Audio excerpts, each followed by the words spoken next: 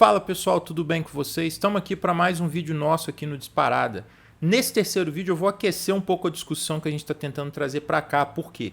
Eu acho que hoje vai ser o tema mais polêmico da minha coluna até aqui. Quem acompanha o debate político no Brasil na última semana viu que talvez o principal tema tenha sido a indicação do Zanin para o STF por parte do Lula.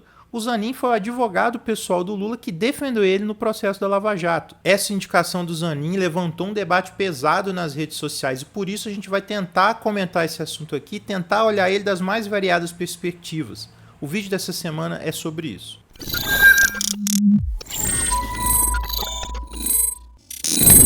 Na justificativa do Lula postada nas suas redes, ele diz o seguinte: já era esperado que eu fosse indicar o Zanin para o STF, não só pela minha defesa, mas porque eu acho que se transformará em um grande ministro da Suprema Corte. Conheço suas qualidades, formação, trajetória e competência, e acho que o Brasil irá se orgulhar. Assim que o Lula anunciou que indicou o Zanin para o STF, o debate foi pesado nas redes e veio de várias frentes possíveis. Vamos tentar passar por todos esses lados que criticaram. A primeira crítica evidente veio da oposição bolsonarista. Nicolas Ferreira e Alexandre Ramagem, deputados do PL de Minas e do Rio, entraram na justiça pedindo a impugnação da indicação do Zanin. A justificativa dos deputados é de que a indicação do Zanin feriu o princípio da impessoalidade e que ele, enquanto ministro do STF, não teria capacidade de julgar os processos envolvendo Lula, o que causaria um desvio da função da figura do ministro do STF. Esse pedido foi negado pela justiça, alegando que os critérios são decididos pelo legislativo e que em casos em que o ministro do STF podem ter conflitos de interesse, podem ocorrer, mas que os próprios ministros podem se declarar suspeitos nos julgamentos desses casos. O juiz que indeferiu o pedido cita alguns casos relacionados a isso, inclusive. Esse caso é bastante curioso, e eu vou falar por quê. É um negócio meio engraçado, o Ramagem entrar na justiça contra a indicação do Zanin, criticando o Lula, sendo que ele mesmo fez isso quando foi nomeado superintendente da Polícia Federal pelo Bolsonaro.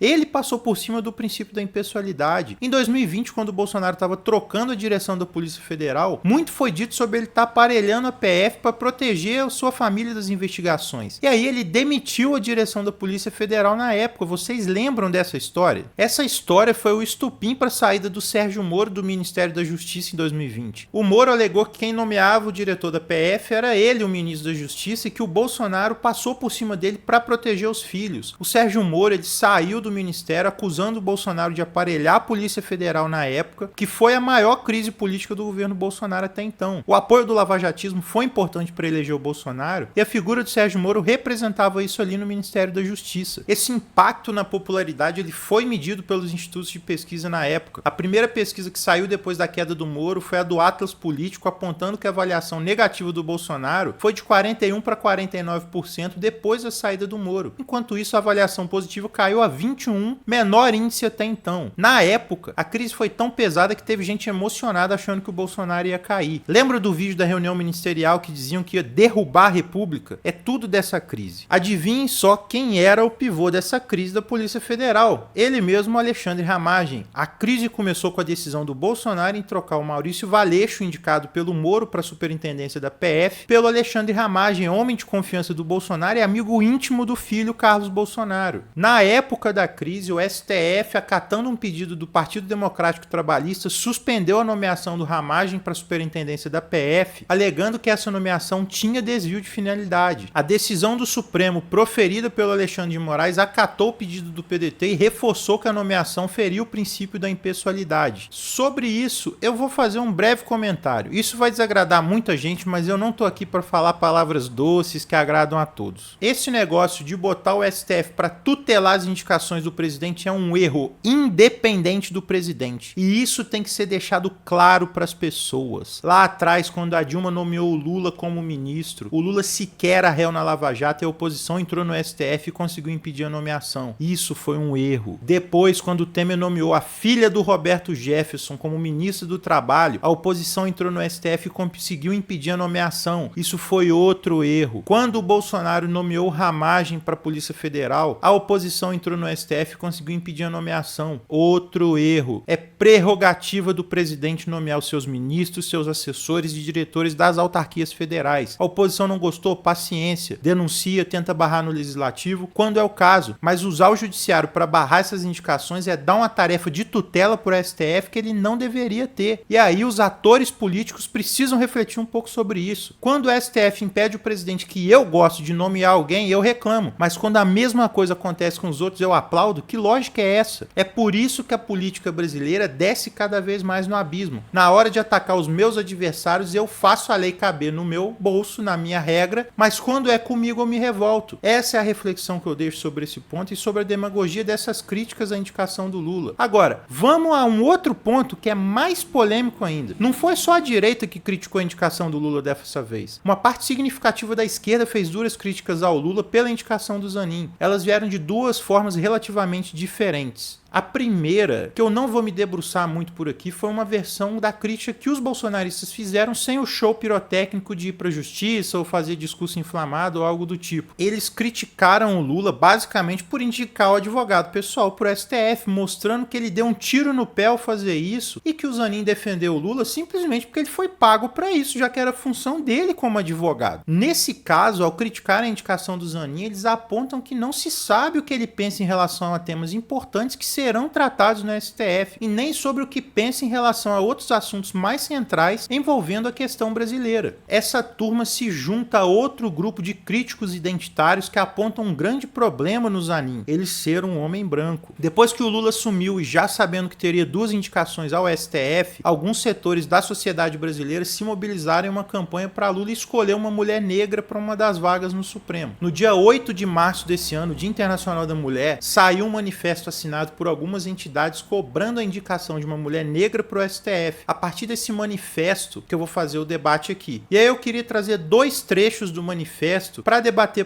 com vocês que eu vou ler aqui. Sobre o sistema de justiça que buscamos, elevando a qualificação da prestação jurisdicional do Estado a partir do acesso pelas partes jurisdicionadas, também a composição dos órgãos deve guardar consonância com a representatividade da população, ou, noutros termos, há de se ter o máximo espelhamento das diversidades humanas que são o povo da nação que se quer construir. Dentre as ausências que arranham a capacidade de percepção da realidade posta à apreciação judicial estatal, sobressai a efetiva interdição às mulheres negras da ocupação de vaga no Supremo Tribunal Federal. Embora conte com a presença de mulheres desde os anos 2000, não há razoabilidade para que jamais uma jurista negra tenha tido assento na Corte Superior do Poder Judiciário. Nesse momento em que empreendemos a reconstitucionalização do país, emerge a singular oportunidade de supressão da lacuna reveladora da baixa intensidade da democracia brasileira.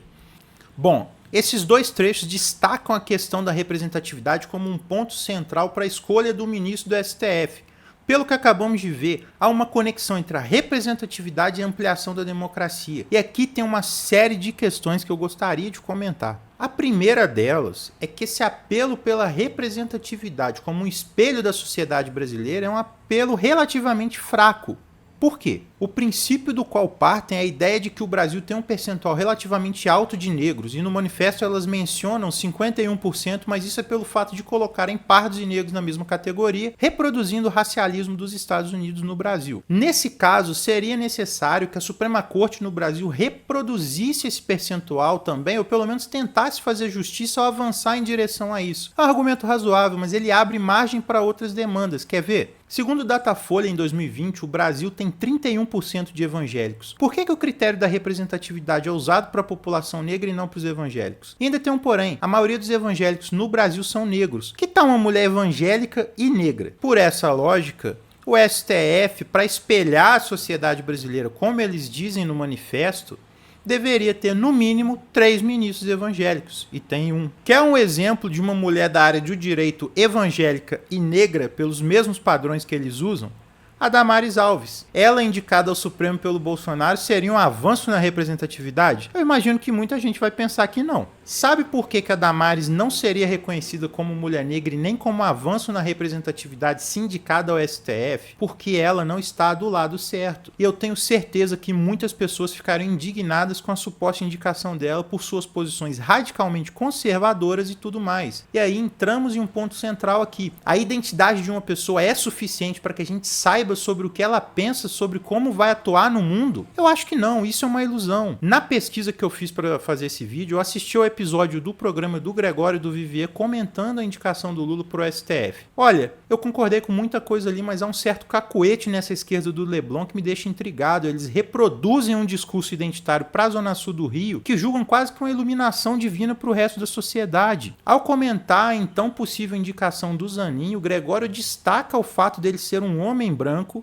e faz um comentário super negativo em relação a esse grupo de pessoas, como se fosse a origem do mal e da desigualdade no Brasil. E aqui mora o erro de toda essa demanda de representatividade da forma como ela é feita. O que faz o Brasil ser esse país desigual e atrasado que a gente vê não é um complô de homens brancos querendo se manter no poder, nem uma estrutura criada por esses homens para privilegiar outros homens brancos. O que faz o Brasil ser esse mar de desigualdade hoje é o nosso subdesenvolvimento, é a nossa estrutura econômica funcionando para manter 90% da população na miséria e na pobreza, lutando por migalhas para sobreviver, enquanto 1% se enriquece às custas do resto. E aí, meus amigos, botar uma mulher negra no STF sem qualquer compromisso em enfrentar essa realidade não vai adiantar absolutamente nada. O fato de uma pessoa ser mulher negra não faz dela ser automaticamente uma defensora dos direitos humanos ou da luta contra as desigualdades. O judiciário é o poder mais excludente do Brasil. Para se ter uma ideia, o auxílio moradia dos juízes é de R$ 4.300. Só esse valor está acima de 92% do que as pessoas ganham no estado de São Paulo, que é o segundo com a maior média salarial do Brasil. Para chegar a um cargo de juiz, a pessoa ela precisa estudar horas e horas, e esse privilégio só é garantido para quem tem uma estrutura econômica em casa, que permite uma pessoa adulta ficar anos em casa estudando para passar em um concurso no judiciário. Quantos pobres se dão ao luxo de fazer isso? Esse é o país em que nós vivemos. Existem mais juízes brancos do que negros porque nós vivemos em um dos países mais desiguais do planeta. E isso só vai se resolver se a gente conseguir garantir para as pessoas condições justas para que elas possam estudar e desenvolver o seu potencial humano pleno. A justificativa de que uma mulher negra no Supremo vai ajudar a ampliar a democratização do Brasil é simplesmente falsa. Eu ainda digo outra coisa, ela pode ajudar a piorar essa discussão da democratização. Por quê? Passar essa aparência de que nós respeitamos a diversidade e somos inclusivos pode encobrir históricas desigualdades, inclusive a brutal desigualdade racial no Brasil. Nós somos um país herdeiro da escravidão e parte importante da nossa desigualdade hoje é fruto disso, isso é evidente. Agora, como que a gente resolve essa questão? Com política pública, com escola pública de qualidade para os pobres terem um estudo parecido com o dos ricos, com política de renda e emprego para que os pais consigam deixar os filhos estudarem em casa sem se preocupar em cobrir a renda de casa. Vejam, eu não sou contra uma mulher negra no STF, eu sou contra usar o critério meramente identitário como fator de escolha de um ministro. Como eu já disse, para esse critério ser coerente, ele deveria aceitar uma Damares Alves, por exemplo, e todo mundo sabe que não aceita. Essa dinâmica da representatividade, da forma como é apontado por certos grupos, é uma dinâmica conservadora, que tem como horizonte utópico apenas a representação de minorias excluídas no topo da pirâmide sem mexer na base. A verdadeira representatividade, a meu ver, é quando a base se movimenta,